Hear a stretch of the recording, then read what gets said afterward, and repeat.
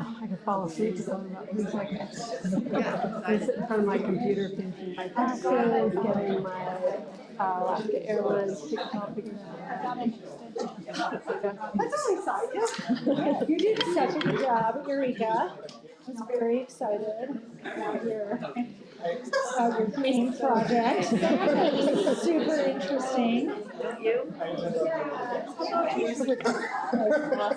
Really cool. Scary.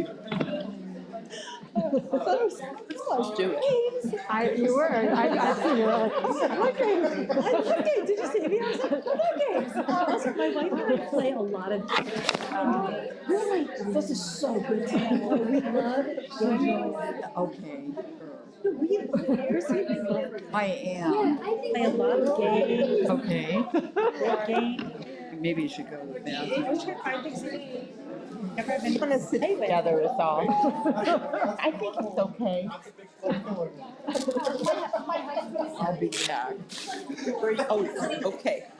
My kids are big fun kids. My kids will play with us. I remember it's good to see you again. Here. The bus killer. My kids. I'm like, you want to play a game with me? My kids are like, don't yet. My oldest son says, Mom, I hate Shirley Bassong. No. Oh, I love Yancy. It's not just. No, there's strategy. Yeah, there's strategy. 100%. There is. This is going to be a really boring evening. The math part of it, my first one, we had a monthly game night at my house. I love games. Okay, all right. I've been looking for We just found a new game. On the bus? It's a card game of Monopoly. So it's a fast Monopoly. It's very fun. I was so proud. I like the games. I just. Yeah. Excellent. That's supposed to be down the I love this. It's really fun to play with me. Because I have not art in there in years. so we used to play as and we would play the women against the boys. And I have not played in years. I with some very creative ways. I love that. Okay. This is going to be good. Yeah, we're gonna work together. I love this. It's going to be very good. Yeah.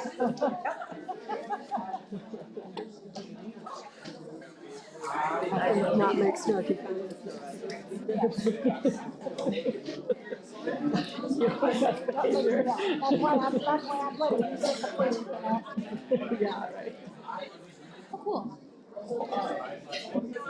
1, 2, start the light. Good evening. I'm Karen Carey, and I'm Chancellor here at the University of Alaska Southeast. And I am just thrilled that we're able to do this again in person. It's been 3 years since we've been able to do it.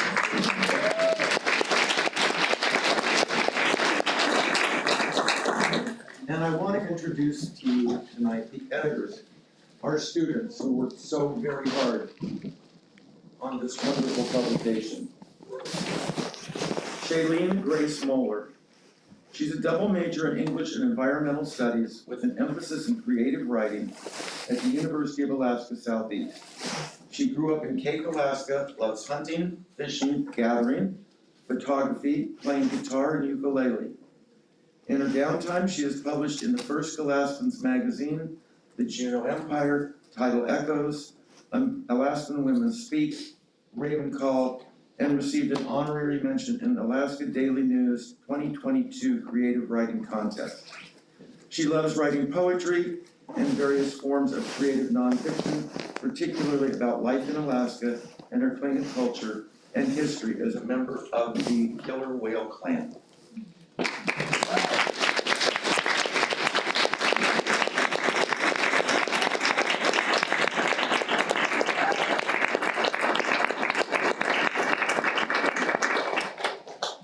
junior editor is Sienna. She's back. I hope I said that. She is an English major originally from Salt Lake City, Utah, and moved to Juneau 2 years ago to attend the University of Alaska Southeast. She studied abroad in Townsville, Australia during the 2022 fall semester and enjoyed snorkeling and diving on the Great Barrier Reef. She has been published in the 2022 Tidal Echoes edition and was a student judge for the 2022 Academic Journal Summit. She enjoys reading and writing short stories and hopes to be an editor in the future.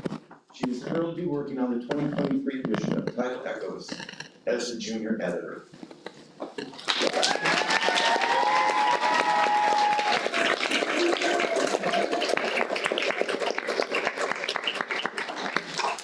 And finally, we have our fall editor, Olive Mallory Bren. Olive is a literary nonfiction writer, hiker, paddleboarder, geography, geologist, meteorologist, and whale enthusiast, just like every other Southeast Alaskan. They grew up on the thunderstorm-battered prairie of Chasmoo, the Lakota toponym for the now pastoralized sun hills of the Central Plains. Olive lives Akwan Ani, the stolen and paved over home of the Tlingit people of Ak. They write about climate change, cyborgian futures, decolonization, and queer and transgender liberation.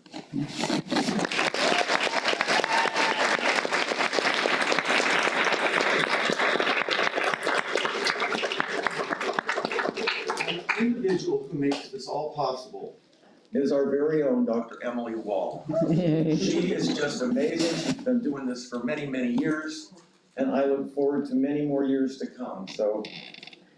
And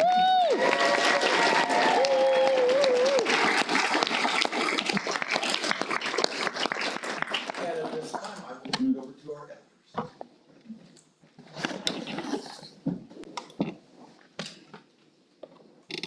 So we'll begin tonight with the territories of the Akwan, Tontaquan, and Shitoquan Akaga'ani, also known as Juna, Ketchikan, and Sika. We acknowledge that Tlingit peoples have been stewards of the land on which we work and reside since time immemorial, and we are grateful for that stewardship and incredible care. We also recognize that our campuses are adjacent to the ancestral homes of the Haidas and Tsimshian, and we commit to serving their peoples with equity and care. We recognize a series of unjust actions that attempted to remove them from their land, which includes forced relocations and the burnings of villages.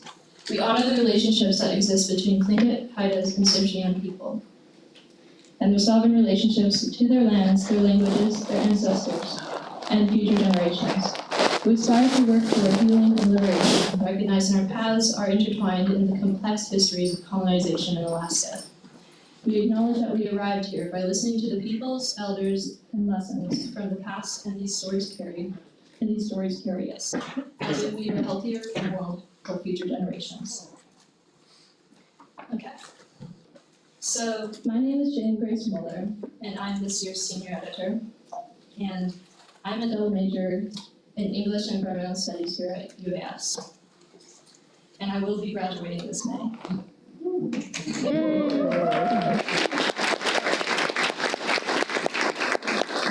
My journey with Tidal Echoes began in 2019 when I won the Mac Barron's Prize. I have served in nearly every Tidal Echoes opportunity since then and have come to the conclusion that I will, without a doubt, do whatever Emily Wall tells me. Because doing so up until this point has led me here, and I'm so grateful to be here. If you don't know, this is something mutually agreed upon among the editors, because if you read the past 18 years of editors' notes, we all talk about how much we adore her. Also, in all seriousness, she's the one who first convinced me to submit to Tidal Echoes with my poem Cake about my hometown, and I have been with Tidal Echoes since then. Earlier this week, I did an interview with the Juneau Empire, which that article made MSN, Microsoft Network, by the way, it was very cool. Oh, wow. With an interviewer who is new to the area.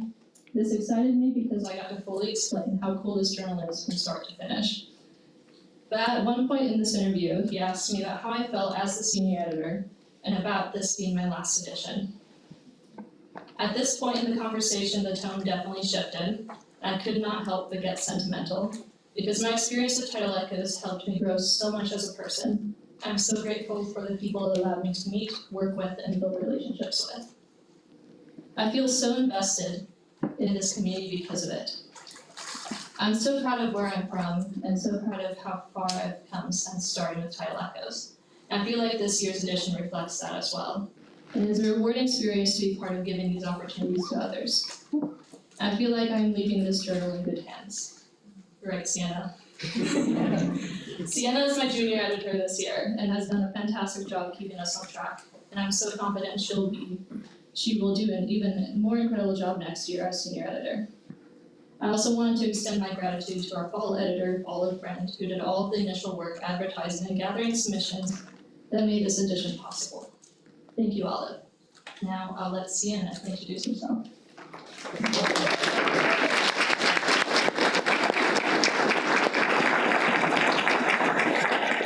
Hello, everyone. I'm Sienna Chibak, the junior editor this year, and I'm taking over Shailene's position next year. I am an English major, obviously, with an emphasis in creative writing. Originally from Salt Lake City, Utah, I moved to Juneau because I thought Alaska was the most exciting place I could move to. And luckily, I fell into one of the most inclusive and supportive English departments that I could have found. I'm so grateful for Tidal Echoes and the amazing work that comes out of it. One of my first days in Juneau, I made my family go with me to Hearthside Books. And the first book I picked up was this small journal titled Tidal Echoes. I flipped through it and I suddenly realized every single piece was written or created by a local artist, and I ran to my mom and told her how cool I thought this was, and then I proceeded to forget about it for 2 years. Until I took a poetry class with Emily Wall where she mentioned it every class. She encouraged us all to submit to the journal and even wrote little notes on the sides of all of our poems that she thought would make excellent choices. And at the end of the semester, she encouraged me to apply for the editing internship. A few months later, when I had been published in Tidal Echoes and I had been selected for the editing position, Tidal Echoes had suddenly become one of the most important parts of my life. So thank you all for making this possible.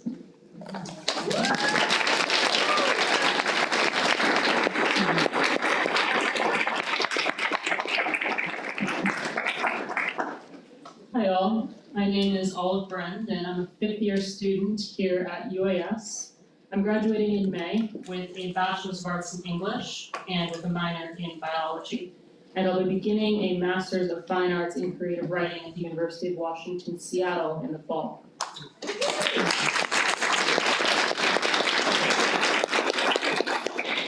Here at UAS, my degree concentration was in literature and the environment, which is my favorite arena in which to read and write.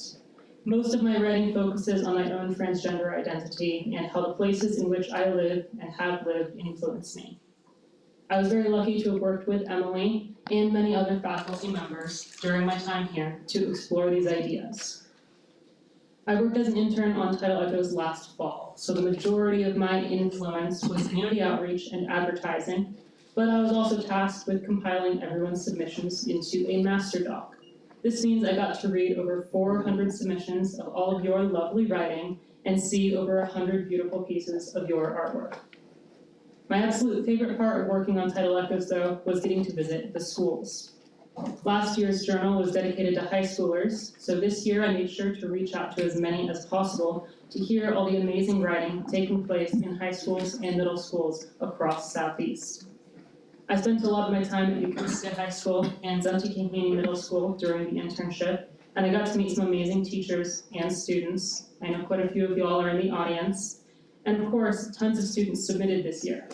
Hearing from the young folks was the biggest highlight of the whole thing for me. And I'm so glad so many of the pieces in Tidal Echoes this year are from those students who I got to meet.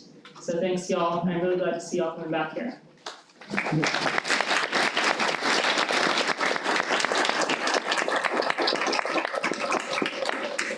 now going to turn back over to Shailene.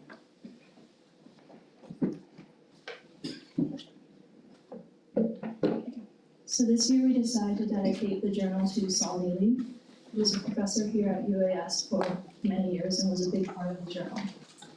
I'm going to read now the dedication that we have put in the journal. Tidal Echoes would like to honor the life, work, and legacy of Dr. Saul Neely. Saul was a devoted husband and father, a fierce indigenous intellectual, and tireless contributor to decolonization and prison reform. In his time at UAS, he taught courses on critical theory, literature, indigenous studies, zombie theory, and philosophy.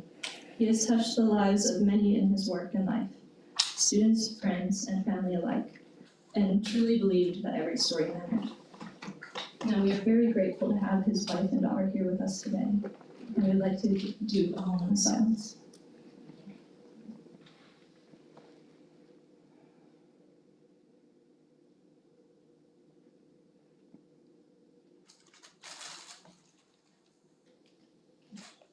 Thank you. Now, I would like to do the Mac Barron's Prize. So for those of you who are not familiar with the Mac Barron's Prize, it is a scholarship given to the student, UAS student, with the strongest creative work in the journal. And this year's winner is Dylan Wood, who is a sophomore here at UAS.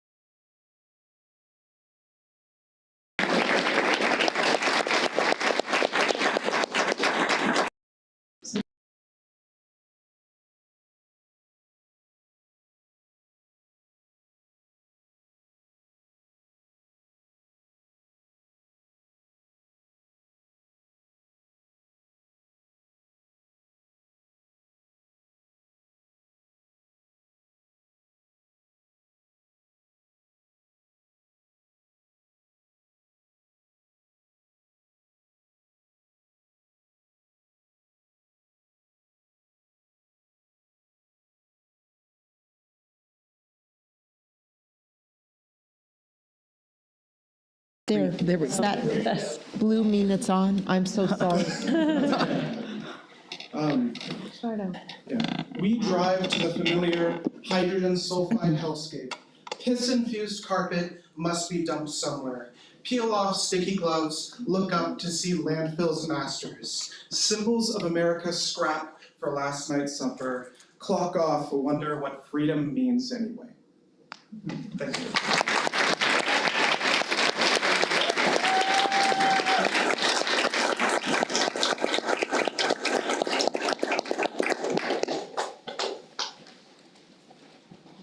Next, we would like to invite Richard Stokes to read.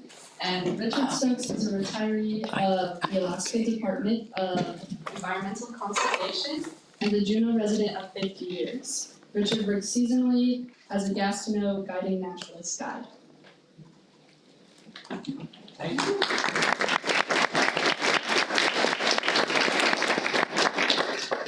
Thanks for all your work, and thanks for this opportunity.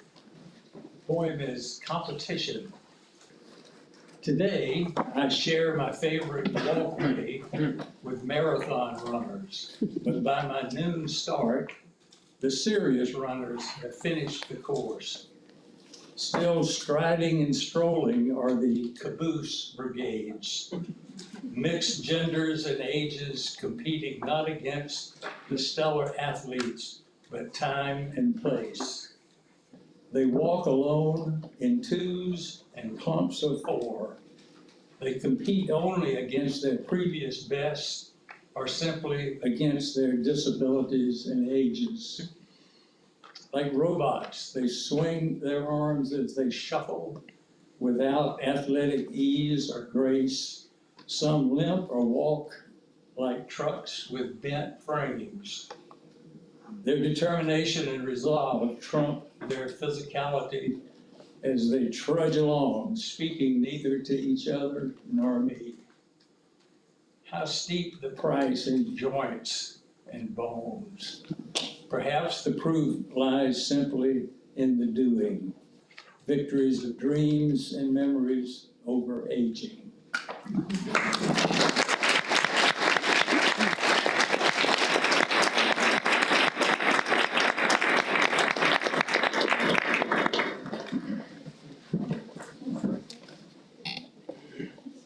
Now we would like to welcome to the stage our featured artist, Chloe Kavanaugh.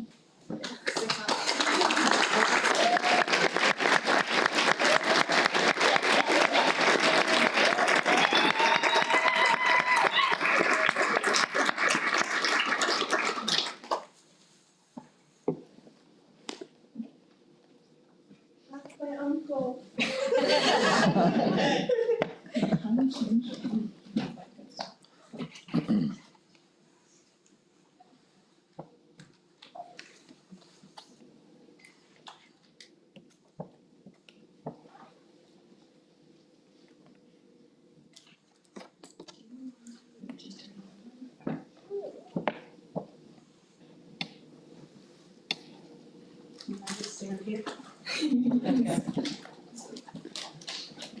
Alright, I apologize, I'm gonna have to look real short back here. That's tough stuff. My name's Chloe Kavanaugh. I'm Wasanadi from Cape Alaska, is where my family's from. Gonna talk a little bit about my art, I guess. Bear with me while I get nervous with public speaking. Take a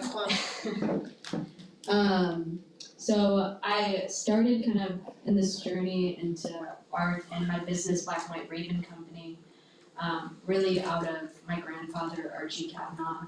He came out with an album called Black and White Raven, and looking back at his past interviews from the 80s, a lot of questions he's being asked are, what's it like being a native boy out of Cake, and can you believe any of this is happening, and just kind of this doubt that was placed on like, why wouldn't a boy from Cake dream bigger and believe he could accomplish the things that he did. So from that, his journey, I started doing Black and White Raven Company.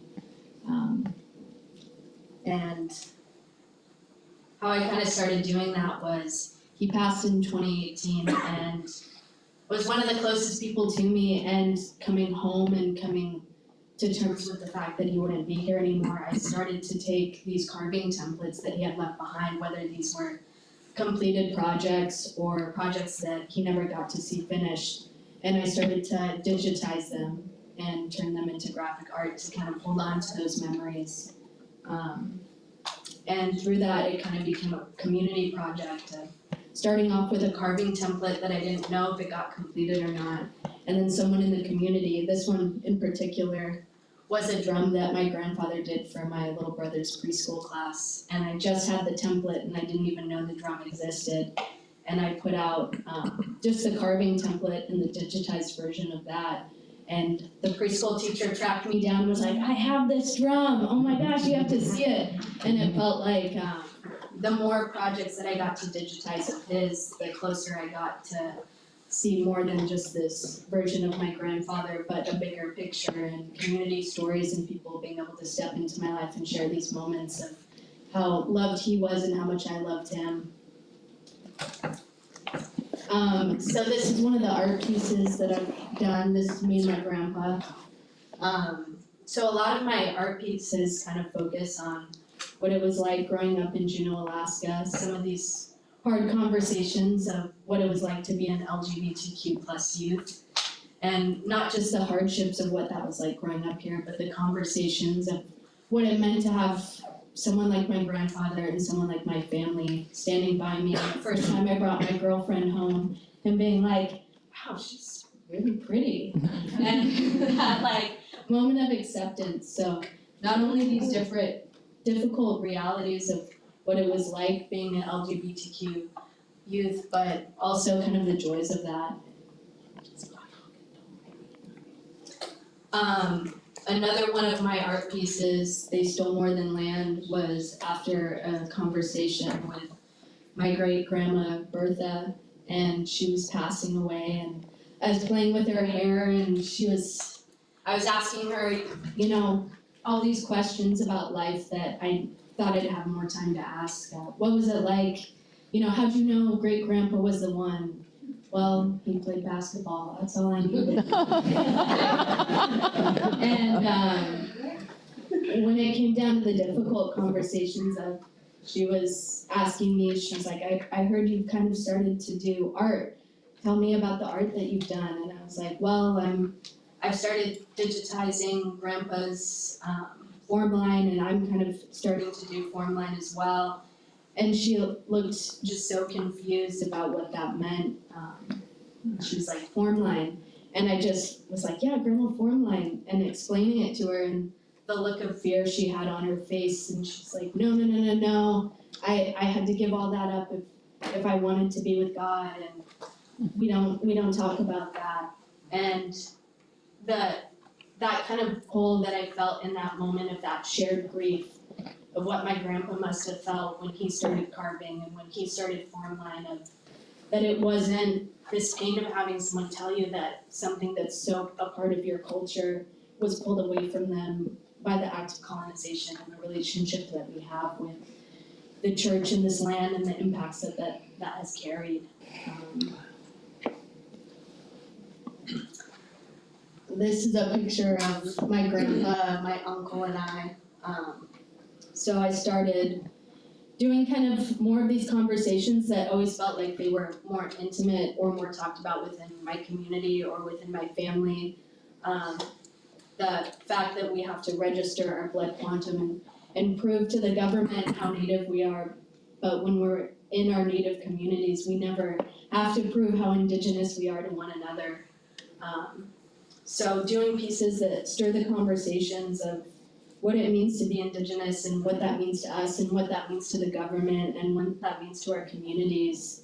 A lot of these art pieces were ways for me to heal and have these conversations and kind of find these moments really within my community to, when I see someone carrying these art pieces, I feel like it's a moment of us connecting and us being like, I feel that, I understand that, or for the people that don't understand these conversations, wanting to understand and wanting to have these conversations and know what it's like to struggle and carry this hurt, but also to then build bigger and that generational success that I felt, although it was really difficult for my grandfather to go on this path of form line and carving, there was beauty within that of generational success, of him coming from, hearing from his mother, you have to give up form line, you can't have that, and him reclaiming that and doing carving and doing form line and doing his art, and what that then passed on to myself and to my family is that generational success and that generational joy. So these hard conversations leading to not just difficult conversations, but the joys of those difficult conversations. Then through that, some of these pieces that you're gonna see in the Tidal Echoes are around the blood quantum and what it means to be Indigenous, and not just in the one way we view it of you're supposed to wear this, you're supposed to look this way, and you're supposed to be this way, but that there are Indigenous community members with blonde hair, with red hair, with black hair, and maybe their hair is long, maybe it's short. And so I started doing this series of different spots downtown, or when I went with my friends to Dog Salmon Fest, and a lot of them kind of sparked out of different community members that I really admired. The red hair, Marina Anderson, who's an amazing activist in the community. Air Jazz, who's an amazing Tlingit rapper. And just these ways to kind of broaden our ideas of what it means to look and be Indigenous and what it means to be in this community, and kind of deconstructing why we view things in one way. And kind of through this path, which is kind of mind-blowing because I always think about it now. I get to go into these classrooms and through Yaku, so the TCLL program, and talk about graphic design and talk about my business. And I'm always shocked. I ran into my principal when I was teaching one of the TCLL classes, and she's like, "Oh my gosh, Chloe, I remember you in middle school, and you're kind of a little shit." And I was like, "Yeah, can you believe this? Like, they like trust me with kids now." And, I can't believe that I'm kind of here doing this, because it is just, I think about kind of the journey that I've been on, and graduating high school, 1.85, like barely made it out. And a lot of that is because a lot of these difficult conversations that people were having with me, and really kind of like pushed through me being this little shit to kind of see the bigger picture of like what it means to be a youth in this community, and not writing people off, and not just steering away from these difficult talks, but really having these conversations that allow me to now do all this cool stuff, and see kids do this amazing art, and see them be inspired, and have them know that people believe in them too. Because truly I feel like I get to be here because of the people that bent the rules. Not many teachers were like, "This 1.85 kid is gonna probably go be a doctor or do something really great." And most teachers didn't believe in that, but it was the people in this community that were willing to not write me off, and were willing to say, maybe it's not the traditional pathway, but we're gonna make sure she kind of pulls through. And now I get to kind of see the teachers that kind of rip me off, and I'm like, all right, I'll pretend it didn't hurt my feelings then, but yeah, it's kind of amazing to be able to have these opportunities now, and be able to share this with everyone, and to just be able to share this space is kind of awesome.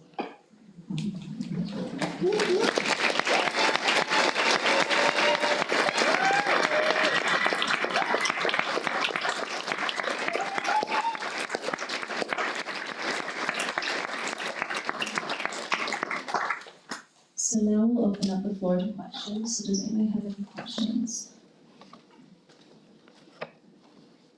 We have about 5 to 10 minutes of questions. While you were visiting schools and like talking to students and like having those experiences with your old educators, did you like have that sort of like imagining of like, you know, remembering anyone who you saw come visit you in class who like maybe gave you the same feeling you might be able to give some of the kids that you were seeing while you were at school?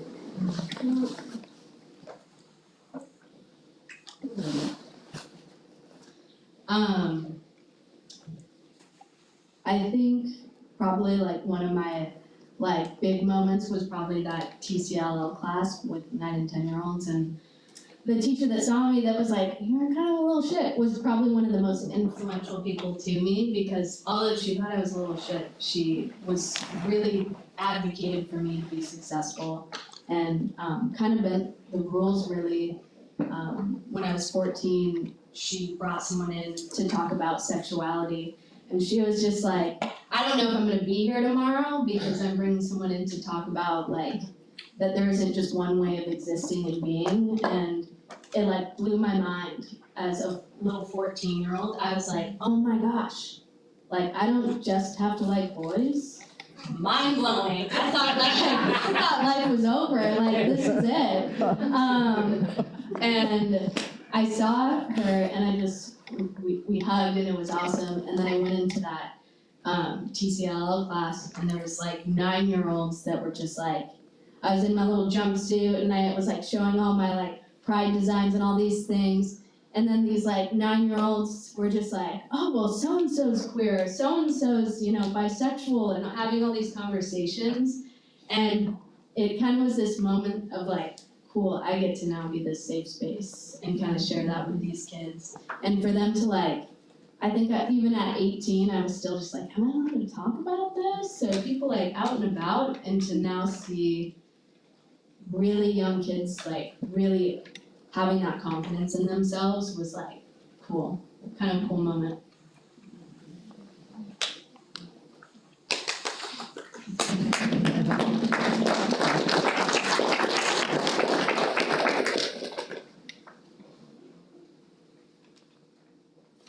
What's your favorite piece of life?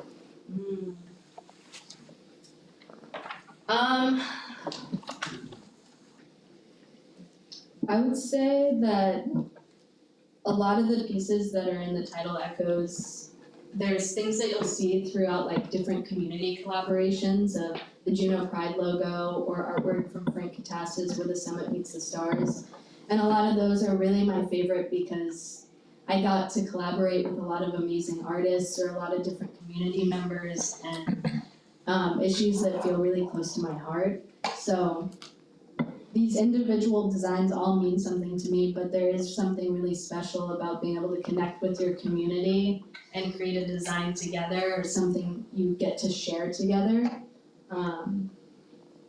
So I think if I had to pick a favorite, I did really like doing the Juneau Pride logo because it felt like I got to come home and I got to be my full self and I got to see my community support me and I got to see the person answering the question be like, my whole family bought t-shirts and so that was probably one of my favorites.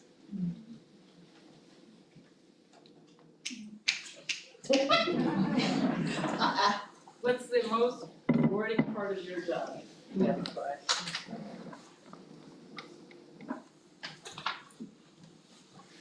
I think probably the most rewarding part of all of this is the immense amount of community that's created through this work or being able to work at Lincoln and Haida or work with the Op Rock team or work with these different parts of my both art and career path.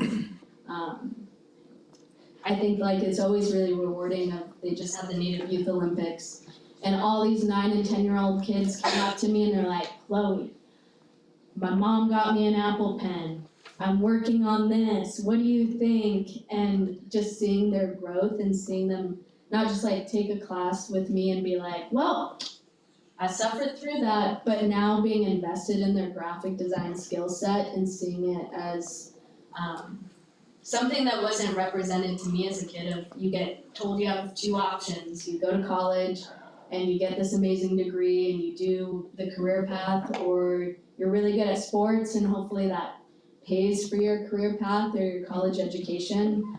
But for someone who really didn't know what I wanted to do and knew that I loved art and then knew I kind of maybe wanted to go to college, I wish graphic design was talked about more. And I wish the arts were kind of talked about more as an option.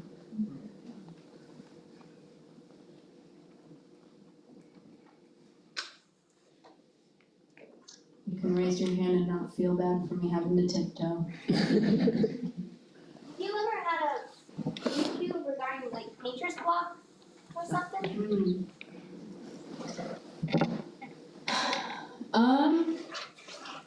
I mean, I don't want to jinx myself, like, but I feel like the more creative people that I've surrounded myself with, or the more amazing people in general that I surround myself with, the less I've had to worry about hitting this block. Because there'll be moments when someone will say something or do something, and I'm like, that is hilarious. The other day, my best friend was like, I called her and I was like, well, what are you up to? She's like, just left weaving class. I'm about to go, cook up some herring eggs. I'm about to do, she's like, I'm just all tradition shit. And I was like, oh my gosh, that's awesome. She's like, can you take what I just said and turn that into an art thing for me? And I'm just like, yeah, I actually could. Yeah. So I feel like the more amazing people that I surround myself with, the less likely I've hit this block because my friends are hilarious and because I'm always experiencing such great things in life that it allows me to kind of flow more into my creative element. Like if a teacher or community member wanted to bring you into their classroom for you to get started, how would they get a hold of you? So if you go to my website, Black and White Raven Company, I just got all fancy and added a little contact page. So I'm always down to go into classrooms. Everyone's like, how much for your time? I'm like, shoot, I'm already about town. Let's just do it and make it happen. I feel so grateful to have been so supported by all my community members that it just feels kind of cool to be able to be a part of everyone else's journey. So just click on that little contact page.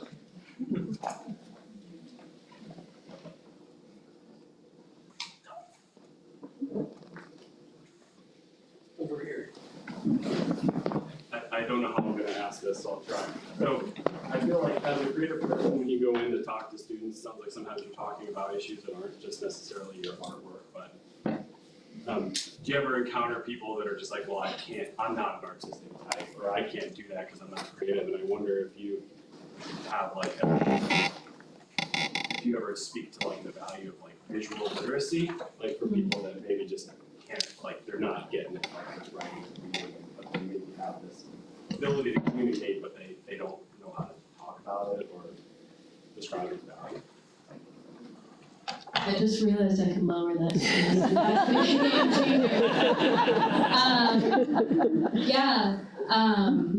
I got to go in and speak to a class at Yaku's, and I didn't have the time to necessarily do a class on digital art and working with iPads, but I got to talk about the different career pathways of what it means to be creative and have the basis of graphic design, of not just having the opportunity with graphic design to create your own art and bring these things to life, but also to be able to work with branding and clothing.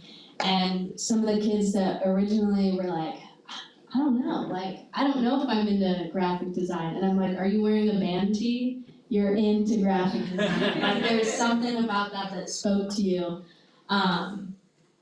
So I think once you kind of can break it down, if it's not, we think of art as something that like you're getting awards for, or it always has this like deeper vision. With graphic design, it's really just you're saying, I like this, I hope someone else likes it too. So I think being able to kind of break down and get that time with different young adults and talk to them about what their values are, what they like, what they think is cool, why they think that's cool, kind of helps them recognize that they are creative. Everyone's creative. We're all wearing clothes that speaks to like who we are and what that means to us and that creative expression. So I think kind of breaking that down in a way that they recognize like, oh wow, yeah, I put this shirt on or I did this thing because I'm creative.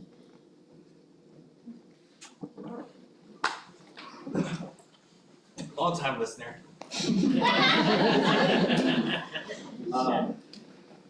I see a lot of your work out there at a table. If people don't walk away with something today, but they're interested in the future, where can they find your products? If not online. Some of these questions, it's almost like my friends. So a lot of I have some shirts and I have t-shirts and I have stickers out there. And if you don't buy something today, that's okay. I have a website, Black and White Raven Company. I also sell my stuff at Hi-Fi Senpai in town. Bike Doctor has some of my stuff. Kindred Post has some of my stickers. So I'm always out and around town. Also, if you're just like, hey, I kind of want a shirt, you can even just message me, and a lot of the time I'll just drop it off. There's always amazing ways to collaborate. If you've got a kid that's got an art piece that they want to digitize and they want to see what that's like, I'm always down to do that too.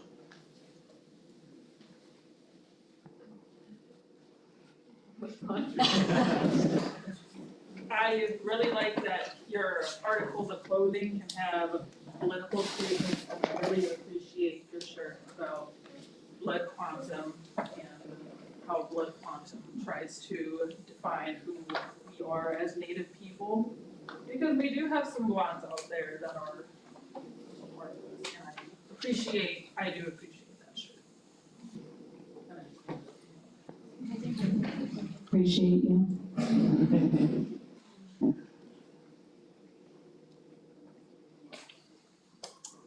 Question. When you were learning form line, I think of it as like a language, and so like it can be paralyzing when you're starting out because you're like afraid to speak wrong, and then it's out there for the whole world to see. And I've heard lots of people get to like it takes them years before they're fluent in the language to create their own designs. And so like, what was your journey on your way? Like, how did you build confidence to create your own designs? What was that journey like for you, and how long did it take you? I feel like a lot of like growing up, because I moved in with my grandpa when I was 14, so a lot of that time with him and together was really helpful. But I think it really, like, for me has come down to mentorship. Like, my uncle Wayne Price has always kind of guided me through the process of where the summit meets the stars. He helped me along each piece, so it never even really feels like my piece because I'm still at a point where there's so much help and support and guidance in it. Yeah, and I think there's so many people that are teaching classes right now. There's a Maddie up there, Guna, who teaches an amazing form line class right over there here at UAS. So I think it's just being around people that allow you to ask questions and let you fail, let you make mistakes, and create that space for you to kind of learn and grow and still uplift you, and not always expecting you to be perfect, but always expecting you to be dedicated to growing.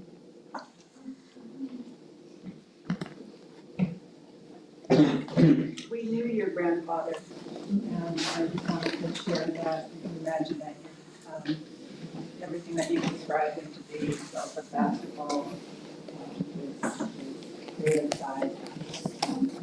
I just wanted to tell you that no doubt that I'm proud.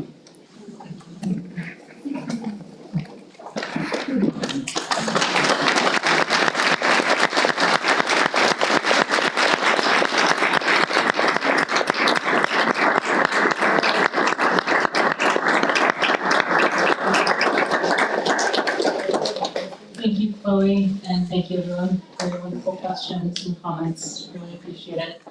And on to our featured writer, Raised by Dogs, Raised by Earth and Sky, Southeast Washington, Ohio Hills, San Francisco streets and redwood trails, now 30 years of daily Juneau dog walks, frisky miles, seeking drops of poetry like Mary Oliver's clear pebbles raining. Alaska's mix feeds Lynn's word rivers, and they braid themselves towards Cirque, Tidal Echoes, Alaska Women Speak.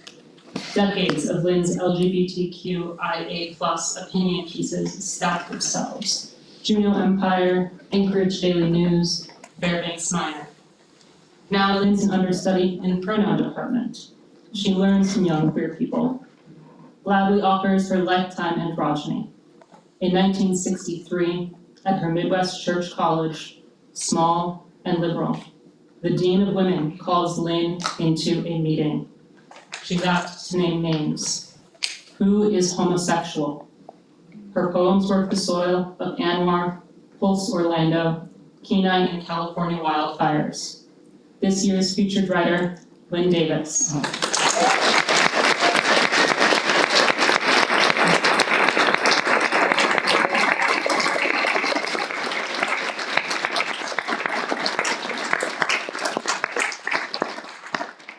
My, thank you. I'm so honored.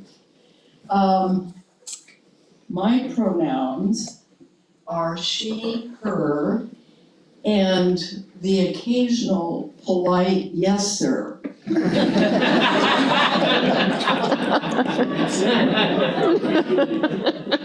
So my first poem, I'm going to read 3 poems. I've never read these. And the first one I'm going to dedicate to the Nashville 3, and especially the Justins. Justin Jones, Justin Pearson. Their words pierce, their litany perfect for this historic moment. So the poem is called Plymouth Rock, and in this poem I insert small phrases from a memoir by Ta-Nehisi Coates, The Beautiful Struggle. It's him growing up in Baltimore, Black teenager. In summer 1963, 8 of us students from an Ohio church college board a Greyhound. We will do summer piecework in Chicago. Crosshairs of the world. In worn Mary Janes, I descend bus steps into a torn city, everyone thin. Downbeat of city heat cleats us all. Sweating begins. Crosshairs.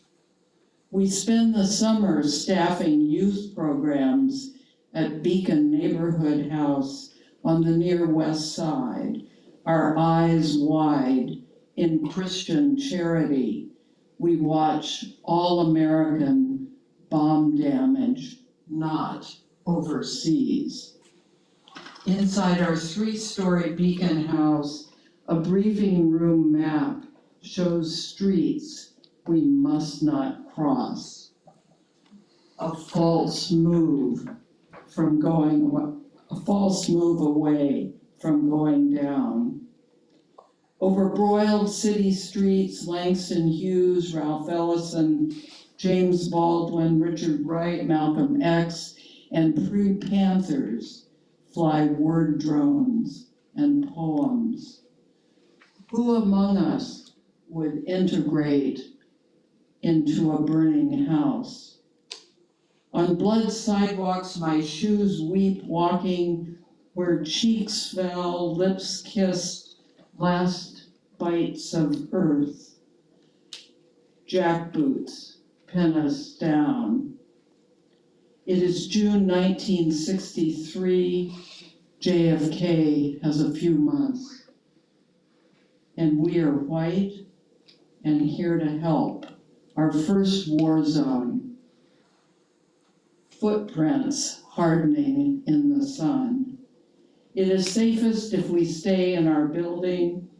Eventually I get permission to walk my group of kids to the 12th Street beach, 4 miles.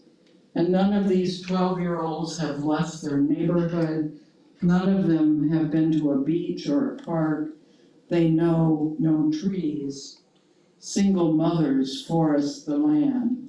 We visit some moms, watch kids eat laundry starch. We are not long for this world that has never longed for us. The blue plaid of my cotton dress watches slum rubble demolish itself. 20-story projects streak the sky. Concrete blocks get high. Their narrow windows have not learned light. Halls of urine, dark, vomit and sour teach the way home. Blood marks everything. Plymouth Rock landed on us. Stay in at night, no walking after dark. We've got lots of books, board games, and a big kitchen. We bleed in the streets. Gunfire, sirens all night. On Friday afternoons, cars in polished colors shine their way to the side of our building, carry us to safe suburbs. Monday morning smile as well-dressed people drive us back into Ashland Avenue, 1447, and our workplace stands. It has not burned. Weekend police incursions roll out before our fresh pressed dresses and slacks return. The beautiful struggle, Ta-Nehisi coats.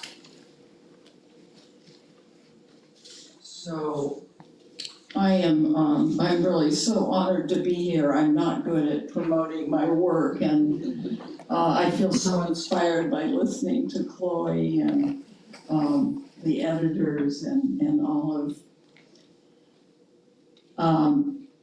I'm grateful so many hands have gone into Tidal Echoes, and it will carry us forward. So the poems that have rolled through me send greetings to all of you and all of the poems and pieces that have rolled through you. And I see some of you following along in the book, and I tend to rewrite a lot, so I've got a lot. But thank you. Poetry is community, and Chloe talked about this so well, so deeply. It gives mirrors and windows, says the Nevada poet laureate Gail Marie Palmier. Poetry makes more things alive.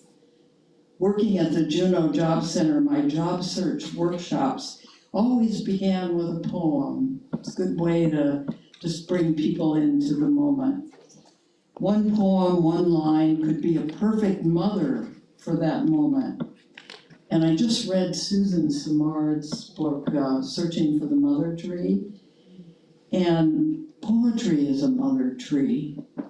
It sends out mycorrhizal tendrils, connects us to nourishment, to each other, gives forest under the forest. And Juneau poet Annie Kessler calls this the microscopic fellowship.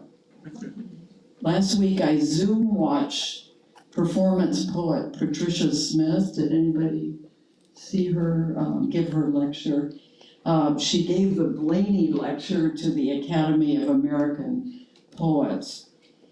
She said, all life is every life. All life is every life.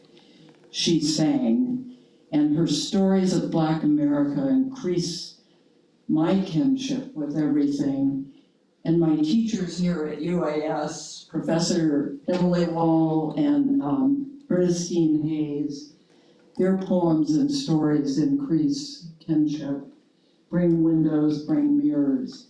All lives are every life, everything alive. Raven dances the sky, raven wings tumble us. Nora and Richard Downhauer, mighty poets, always said that most of Tlingit has no English translation. And I have walked these Juneau trails watching trees, winds, waters, and imagined having word connections larger than English to all this beauty, all this community. Sadly, as America fire hoses itself right now, as we mow each other down, our hardworking poets and regional laureates and all of you steady us, enlarge our reservoirs. And to that, Joy Harjo and Ursula Le Guin would nod. As an introvert, my nod to those of you who also need to marinate in experiences, marinate in wordlessness, waiting like a mute swan for what will come. For me, each step toward a poem can feel like a hero's journey, a quick mud, various frights, chasms that yawn. I grew up in Ohio in the 50s, no gay or social justice language, wasteland of stairs and longing, still rising when I first go to write, muteness, invisibility, outlaw. It was a life gift to leave Ohio in my red 66 VW Bug and salmon myself to San Francisco Bay Area. Summer of love and those blowing in the wind decades of postgraduate life curriculum of no war, no weapons of mass destruction, poor people's rights, free speech, Black rights, Indigenous rights, women's equality, gay rights, disability rights, and the first kissing buses, kneeling buses rather, in San Francisco, and AIDS rights, of course.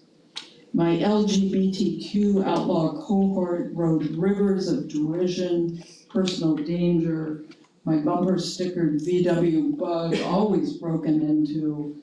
You should have seen the bent gear shift. And coming out to Ohio parents, I watched them enter their closets, shaming themselves into silence with family, friends, church mates, the love they dare not speak, my family of mute swans. And after the shooting massacre of 49 dancers, a Pulse Orlando poem came through me. I won't read it tonight, it's tough. I was mowing down buttercups in our yard and a Pulse line came through. And I wrestled with how not to stir up more hate. I was in Professor Emily's form poetry class and tried waltzing Pulse dancers in a pantoum form, a Malaysian pattern of line repetition that the French grew to adore. And I discovered that pattern carried more life than just a lambast of the shooter or his gun or Florida's horrible anti-gay violence. The pantoum form carried me into surprises, poem lines dance wider than I imagined. So I would also recommend, like the other speakers, that everybody take, all artists take Emily's poetry classes. You can experience what poetry reaches and learn word carpentry. And I'll end, Mo and I traveled to Scotland last September, and in the town of St. Andrews on the wide Chariots of Fire beach, dog walkers encouraged us to see queer protest singer Grace Petrie. And it was a Still in Mercury retrograde concert, everything ripe for not working. Grace told about running out of gas, her guitar mysteriously broken, her ad-lib alchemy, though, turned disaster into laughs and kindness. And Mo and I felt so warmed by her songs that we fangirled ourselves and saw her the next night in Glasgow, standing room only. Grace has a protest album, anthem, that's really well known in the UK, and it's called Always on the Losing Side. And we learned to sing along with the Glaswegians. Grace's music sifts for humor and just right rye. This anthem praises perseverance and applauds all our seen and unseen efforts over the decades. You're doing just fine on the losing side, doing fine. So mother tree mycorrhizals of connected life. All life is, every life, Blinket Ani knows. And a second poem. And this also, the effort to make this poem came from Emily's class, It's a villanelle, and I've only had one come through me. And the poem begins with a line from Maya Angelou. We, this people on a small and lonely planet. All our landforms up for sale, all our wetlands up for sale. Doze the tundra, rob the land, slick hands stain, slice, impale. Slopes of nursing caribou set sail, and more mothers graze, tails fan, all our plains rolled up for sale. Fossil beds, nurse oil, a holy grail, drills drip, black oozes, dino sand, slick hands, stain, slice, impale, crush nests and flower trails, crush dens, unmother baby hands, put all our kindness up for sale. Cage the Arctic, color grieving gales, harm pingos, permafrost, ban beauty, slick hands, stain, slice, impale. Small and lonely planet, disband all thieves. Arctic wetlands frail, soak in Gwich'in care. Polar bears expand, mountains fly. Free your peaks and trails, wind freshen, coastal plain, ride full sail. And a last little poem where I did make the effort to put a particle of science in it. And this one is called Dear Taku, Lemon, Mendenhall. Despite your dirty looks and rock waste, despite your floods and outbursts, our love for you does not melt. We joyride your rebound, up we go, isostatic and climatic. You shoal sands, coast gorges, push ice from pretty faces, proud ones, ablating. Recruit your sentiments, override your last moraine, bow to sub-rivers rising. But sweet lemon, hung out to dry, no fjords from you, sweetheart.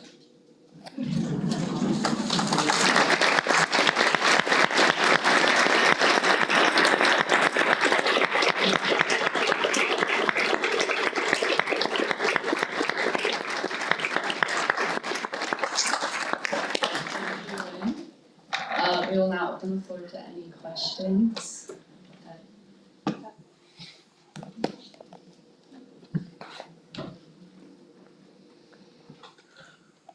Hi, Katie. Hi. Hi. Beautiful work, Glenn. Oh. It's so moving. I'm inspired always as a perennial English major by how you are inspired taking these classes.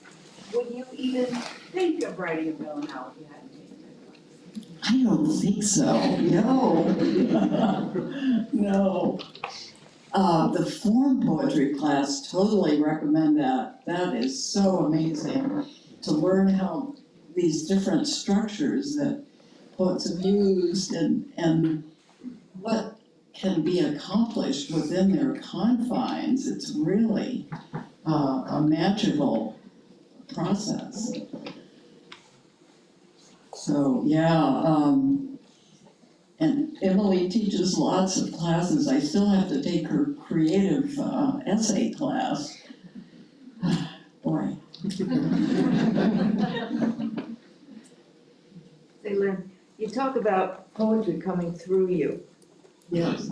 Can you talk more about that? You know, for me, that's the feeling. I have a lot of wordlessness and feel like a mute swan a lot. And then I'm out walking, or it often happens, I think as an introvert, more when I'm alone. Something just comes. And there is a book I read when I was just probably early in my 20s. It was called Poet's Choice, 1983. And it was all white male poets with lesbian Elizabeth Bishop in there. But they talked about their favorite poem and how it came. And almost everybody in there said, it just kind of came. There's still a lot of work that you do to kind of prepare the birth canal, I think. But that's my experience of it too, that things come. And then walking the trails around here, there's something about the rhythm of walking and thinking about something, and that things come. And that's probably just the richness of the aliveness of everything around us here. I don't always get it in cities as much, but I feel like this land is my soul land as much as anything could. Thanks for that. Yeah. Have you always been a poet, or was there a moment when you discovered your words or felt like, oh, this is it, I'm a poet? You know, I remember writing my first poem as a third grader about snowflakes. And we lived in the southeast corner of Washington. And I didn't consider myself a poet until I took Emily's class, her beginning poetry class. Yeah, so, thank you, that's a good question. Yeah. Do you find when you use form in your writing that it helps you write about subject matters that maybe you wouldn't have come as naturally to write about? Yeah, that does seem true, that it can be a vehicle more than you would think. And that's probably one area that I could continue experimenting with. Yeah, good one. Abby? When you write, do you type or do you write pencil, pen, paper? What is, when something comes to you, how do you get it down on paper? You know, I do like the feeling of a pen and it coming down through my arm. I've never been a fast keyboardist, so I can do that, but just somehow that act of a really good pen and just the right paper or a notebook that I keep in my pocket when I walk, that seems to really help. Thanks for that.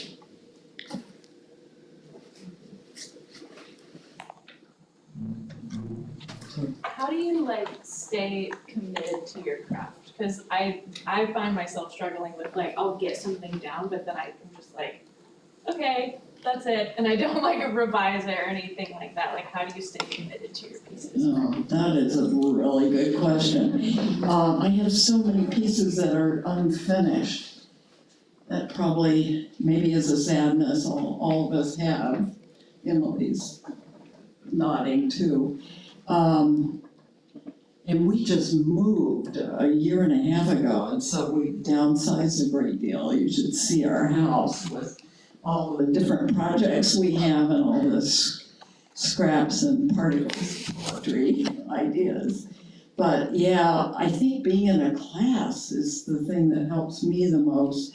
Or if there's some issue that's up, like the history of yesterday, or attending, big marches or Pulse Orlando, that helps. But being in a class, And I haven't been good about going to a writing group, but I just got re-invited tonight.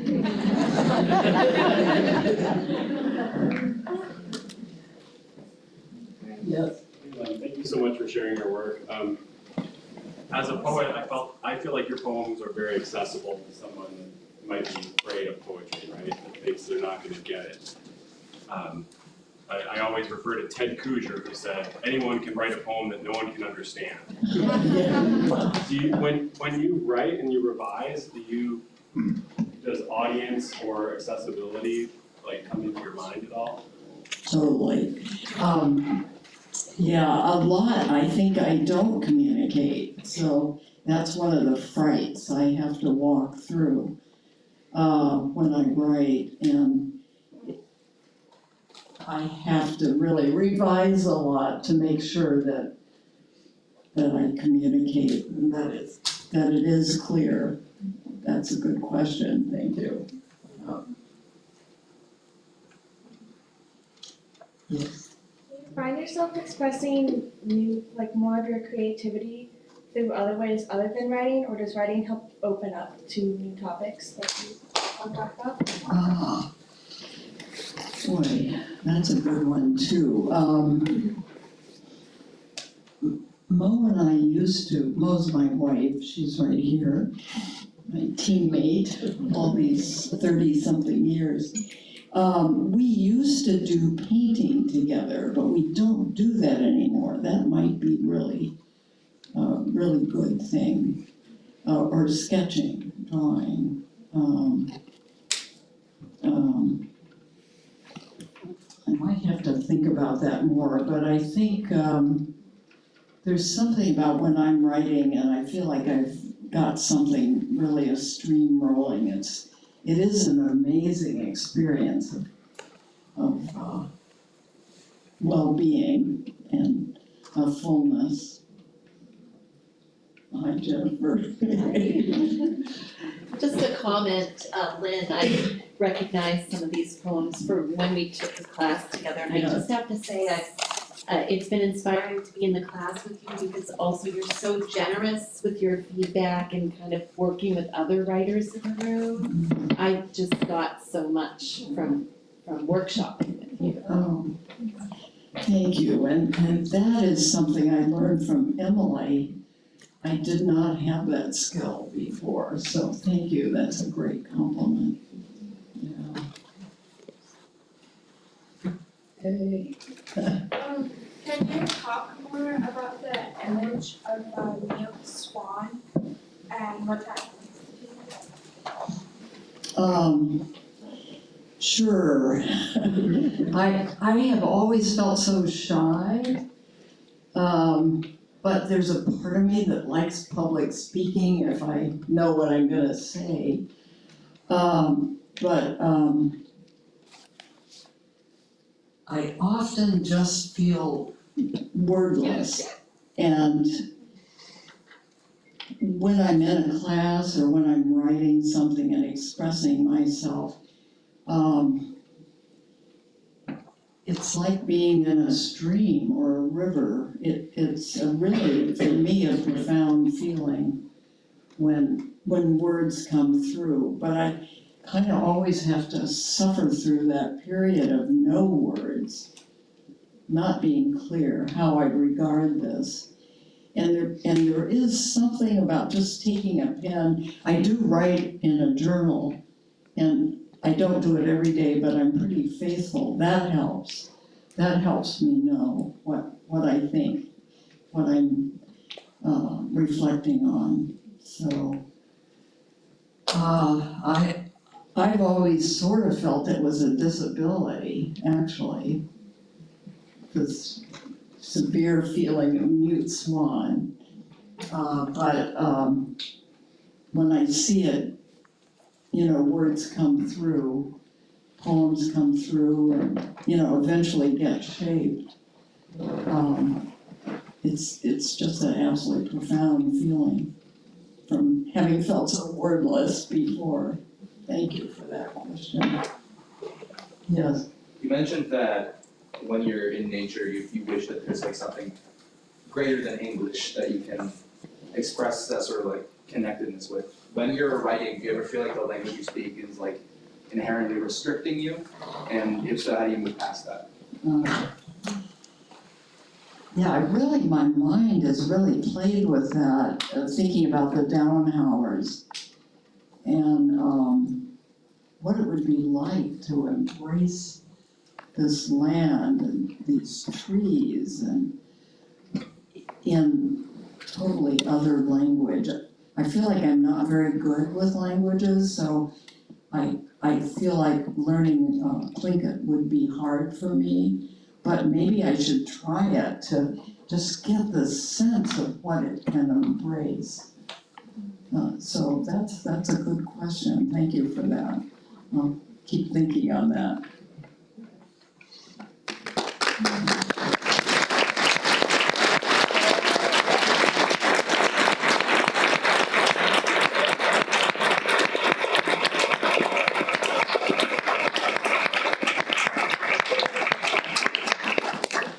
Thank you so much for that, Lynn.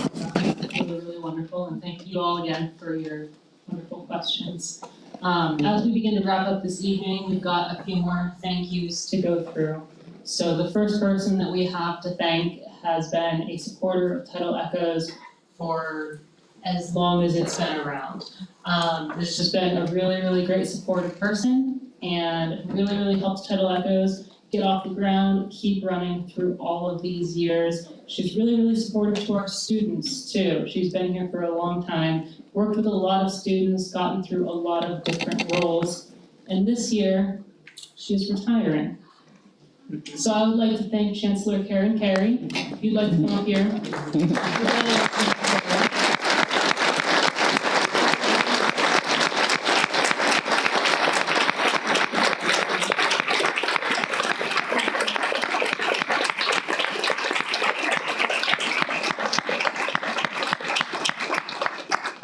I wish you well in all of your travels in many years that are to come. Thank I you. hope you still think of Tidal Echoes in the future. Thank you. I would also like to thank our wonderful featured artist, Chloe Clockshaw Kavanaugh. Thank you so much.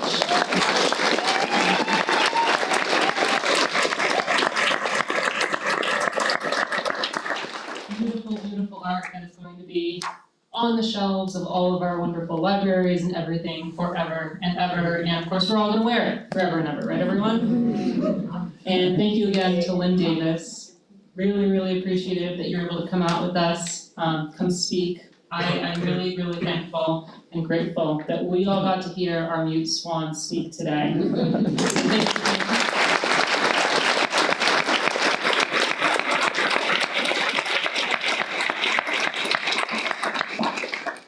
I would also like to thank AK Litho. You all always do an amazing job with the printing, and we always turn to you. So to AK Litho and the wonderful team who we work with, who makes everything happen, makes it so that we can put a physical copy in y'all's hands, and it's not just some PDF. Thank you, AK Litho.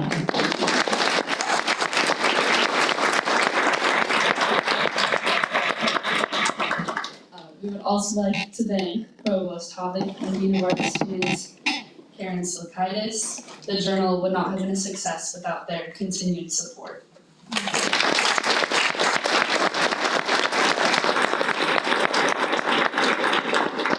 And a thank you to Amy Bannerman, Beverly Keith, Susie Ballmer, Gloria Mary, Cody Bennett, Katie Jordan, Jesse Goodman, Mary Glaves, Jennifer Gross, Mallory Nash, Colin Osterhout, and Allison Crine for their support as well.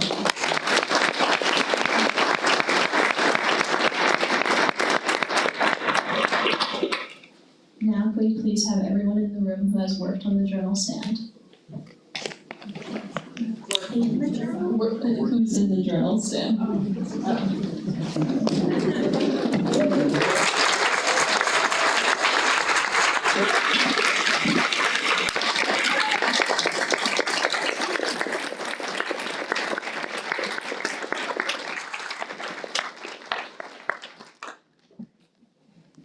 Our final thank yous go to the Tidal Echoes board. Our members, Matt Trachton, Rosemary Alexander, Kevin Meyer, Jeff Kirsch, Jonas Lamb, Jay Shapansky, Liz Zacher, Gunnar Jensen, and of course, Emily Wall.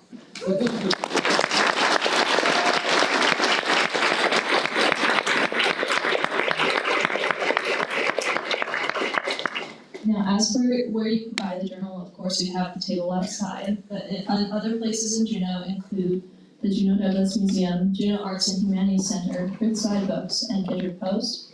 If you're not in Juneau, you can purchase at Old Harbor Books in Sitka, Skagway News Depot and Books in Skagway, and Parnasia's Bookstore in Ketchikan. For those of you outside of these communities, Tidal Echoes will be available to purchase online through Kindred Post's website. Now, I just want to thank everybody for attending, and go ahead and explore our tables outside. Thank you.